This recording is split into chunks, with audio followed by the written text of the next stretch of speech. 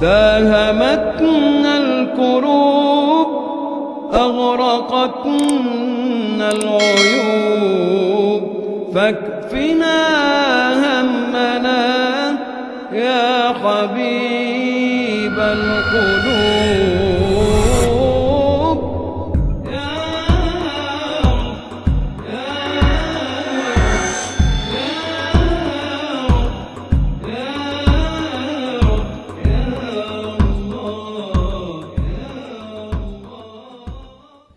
جب کوئی مسلمان غیر مسلمان سے اللہ کا ذکر کر رہا ہے اور وہ غیر مسلمان اللہ کے بارے میں نہیں جانتا ہے، اور جب آپ اس کا ترجمہ کرتے انگریزی میں گاڈ یا اردو میں خدا، تو مجھے کوئی اعتراض نہیں، لیکن میں آپ سے یہ کہنا چاہتا ہوں کہ گاڈ یا خدا یا ایشور اللہ سبحانہ و تعالی کا صحیح ترجمہ نہیں ہے۔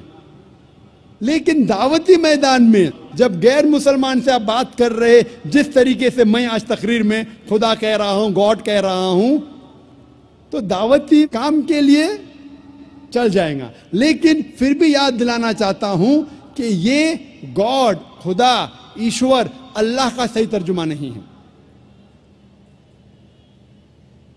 اور اللہ سبحانہ و تعالی کی جو صفت ہے وہ یونیک ہونا چاہیے، ہٹ کے، الگ۔ جب بھی آپ صفات بیان کریں گے فوراً صرف اللہ کی طرف ان صفات کا اشارہ ہونا چاہیے۔ اگر وہ صفت اللہ کے علاوہ کسی اور کی طرف اشارہ کرتی ہے تو وہ صحیح صفت نہیں ہے۔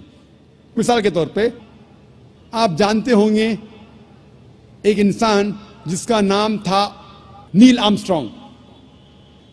آپ شاید جانتے ہوں گے کہ سب سے پہلا انسان جس نے چاند پر قدم رکھا اس کا نام تھا نیل آرمسٹرانگ۔ آپ جانتے ہیں کہ نہیں؟ جانتے ہیں کہ نہیں؟ جانتے ہیں، ماشاءاللہ آپ کا علم بہت گہرا ہے۔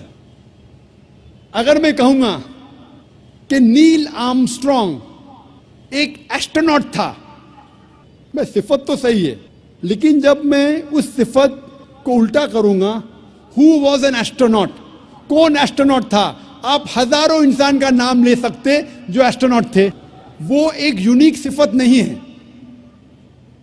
اسی طریقے سے میں کہوں گا کہ نیل آرمسٹرانگ ایک امریکن تھا، صفت تو صحیح ہے لیکن یونیک نہیں ہے، علیحدہ نہیں ہے، ہٹ کے نہیں ہے۔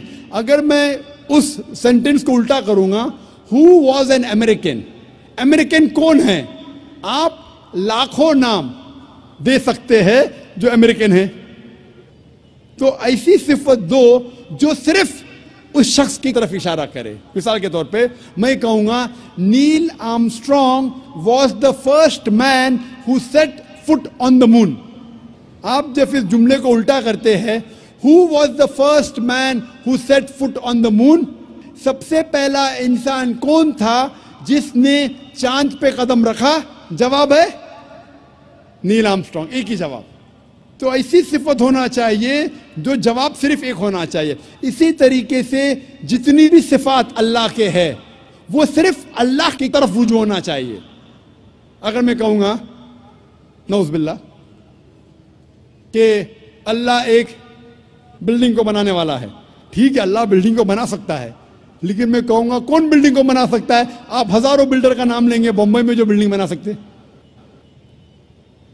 تو یہ صفت یونیک ہونا چاہیے۔ اگر میں کہوں گا اللہ سبحانہ و تعالیٰ کائنات کے خالق ہے، جملے کو الٹا کیجئے، کون کائنات کا خالق ہے؟ جواب صرف ہے اللہ۔ جو صفت یونیک ہونا چاہیے، علیحدہ ہونا چاہیے، ہٹ کے ہونا چاہیے، الگ ہونا چاہیے۔ اسی طریقے سے الرحمن، الرحمن کون ہے؟ صرف اللہ۔ الرحیم، الرحیم کون ہے؟ صرف اللہ۔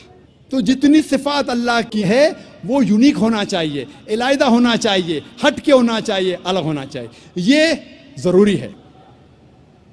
دوسری بات، اللہ کی صفت کے ساتھ اس کے مخلوقات کی صفت نہیں ہونا چاہیے۔ آپ یہ نہیں کہہ سکتے ہیں کہ اللہ کائنات کا مالک ہے اور اللہ بھول سکتا ہے، کیونکہ بھولنا انسان کی صفت ہے، اللہ کی نہیں۔ تو صحیح صفت کے ساتھ غلط صفت نہیں جوڑ سکتے۔ اور اگر 3-4 صفتیں اللہ کی صرف اللہ کی طرف آپ کو رجوع کرنا چاہیے، اور ساری صفات صرف اللہ کی ہونا چاہیے، دوسری کسی کی نہیں، یہ ضروری ہے۔ پھر کچھ انسان مجھ سے کہتے ہیں کہ یہ خدا صرف ایک کیوں، ایک سے زیادہ کیوں نہیں ہو سکتے؟ قرآن مجید میں لکھا ہے سورہ انبیاء میں سورہ نمبر 21 آیت نمبر 22 میں، اگر ایک سے زیادہ خدا ہوتے تو اس کائنات میں کنفیوژن ہوتا اور آپس میں جھگڑا ہوتا۔ اگر ایک سے زیادہ خدا ہوتے تو کائنات میں کنفیوژن ہوتا، آپس میں جھگڑا ہوتا ہے، اسی لیے خدا ایک ہی ہو سکتا ہے۔ میں جانتا ہوں کئی دیگر مذاہب میں لوگ غلط تصور کرنے کے بعد یہ سمجھنے لگتے ہیں کہ بہت سے خدا ہے اور ایک خدا دوسرے خدا سے جھگڑ رہا ہے، ایک خدا دوسرے خدا کی مدد لیتا ہے تیسرے خدا کو ہرانے کے لیے، ایک خدا دوسرے خدا کا قتل کر رہا ہے۔ تو قرآن میں صحیح لکھا ہے سورہ انبیاء میں سورہ نمبر 21 آیت نمبر 22 میں کہ کئی میتھالوجیز میں اگر ایک سے زیادہ خدا ہوگا تو آپس میں جھگڑا ہوگا۔ لکھا ہے سورہ مومنون میں سورہ نمبر 23 آیت نمبر 91 میں کہ اللہ ڈز ناٹ بیگٹ اے سن، اللہ سبحانہ و تعالیٰ بیٹا نہیں جنتا، اور اگر ایک سے زیادہ خدا ہوتے تو ہر خدا اپنی چیز لے کے دوسرے پہ تھوپتا، اسی لیے خدا صرف ایک ہی ہو سکتا۔ اور کچھ لوگ سمجھتے ہیں کہ ایک الگ خدا ہے ہوا کے لیے، الگ خدا ہے آگ کے لیے، الگ خدا ہے پانی کے لیے۔ ہم پسند کریں گے کہ ایک مہان خدا ہے جو سب پہ قادر ہے، جو ساری چیزوں پہ قادر ہے، بنسبت 50 یا 100 خدا جو ایک ایک چیز کا مالک ہے۔ اسی لیے خدا عقل سے سوچے تو ایک ہی ہو سکتا ہے، ایشور ایک ہی ہے۔ اسی لیے سارے گرنتھوں میں جب مطالعہ کریں گے تو لکھا ہے کہ ایشور ایک ہی ہے اور اسی کی عبادت کرنا چاہیے۔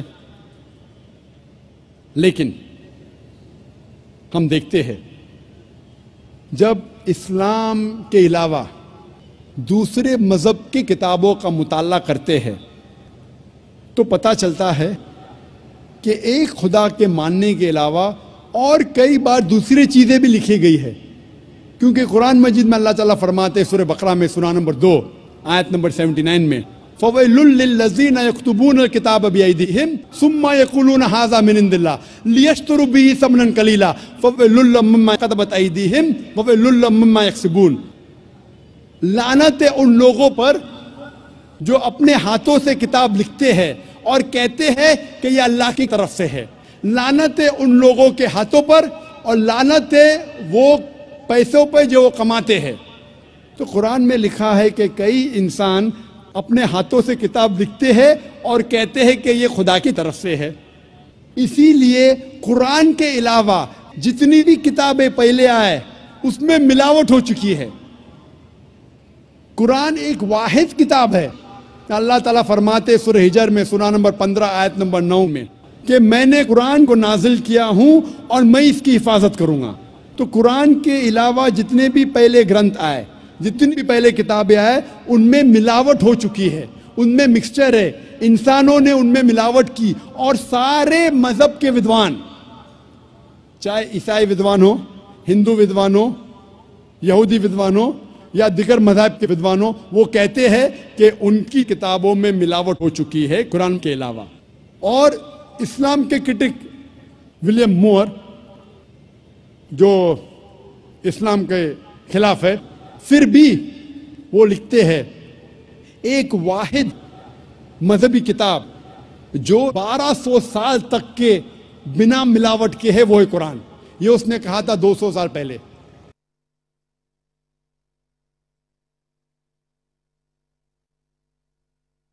دشمن اسلام بھی کہتے ہیں کہ قرآن میں ملاوٹ نہیں ہے۔